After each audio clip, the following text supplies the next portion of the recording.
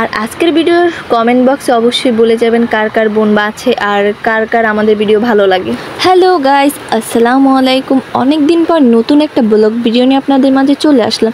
যেহেতু লিমা শ্বশুর বাড়িতে থাকে আর বিথির বাপের বাড়িতে থাকে, সেই জন্য আর কি কমই ঘুরতে যাওয়া পরে, ওই জন্য ব্লগ ভিডিও বেশি করতে পারি না, বাট চেষ্টা করি তাও অনেকটাই আপনাদের মাঝে শেয়ার করার জন্য। তো আজকে আমরা চলে গেছি সুরঞ্জনা ঘোরার উদ্দেশ্যে। আর এই যে আমাদের মেইন জায়গা মানে মেইন প্লেসে আমরা চলেই আসছি আর আস্তে আস্তে ভিতরে ঢুকতেছিলাম। তো সে অবশেষে এসে আমার বোন ওর ন্যাকামিগুলো শুরু করে দিছে, এই যে দেখেন। আর আমি আর সামনে সামনে, ও আমার পিছনে পিছনে আসতেছিল। তারপরই পেয়ে গেলাম দোলনা, আর দোলনাতে দু বোন ছবি তুলবো না তা কি হয় বলেন।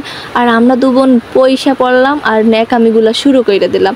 আর আমাদের ক্যামেরাম্যান আমাদেরকে ভিডিও করে দিতেছিল। অনেকটা সময় পরে আমরা এই জায়গাটা খুঁজে বের করলাম ছবি তোলার জন্য। দেখতেছি যে এই জায়গাটা অনেক সুন্দর ভিডিও ছবি করার জন্য, সেই জন্য এখানে বসে কিছুটা করলাম।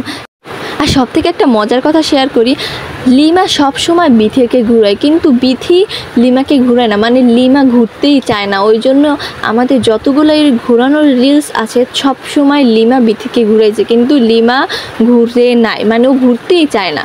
তো আর কি, এই যে হাঁটতে যাইয়ে লিমা খালি উষ্টা খায়, মানে ঠিকঠাক হাঁটতেও পারে না মেয়েটা। বিয়ের পরে একদম কেমন কেমন হয়ে গেছে, শুকিয়ে গেছে, ঠিকঠাক হয়তো বা স্বামী যত্ন নেয় না, ওই জন্য। যাক, মজা করলাম, কেউ মাইন্ডে নেবেন না।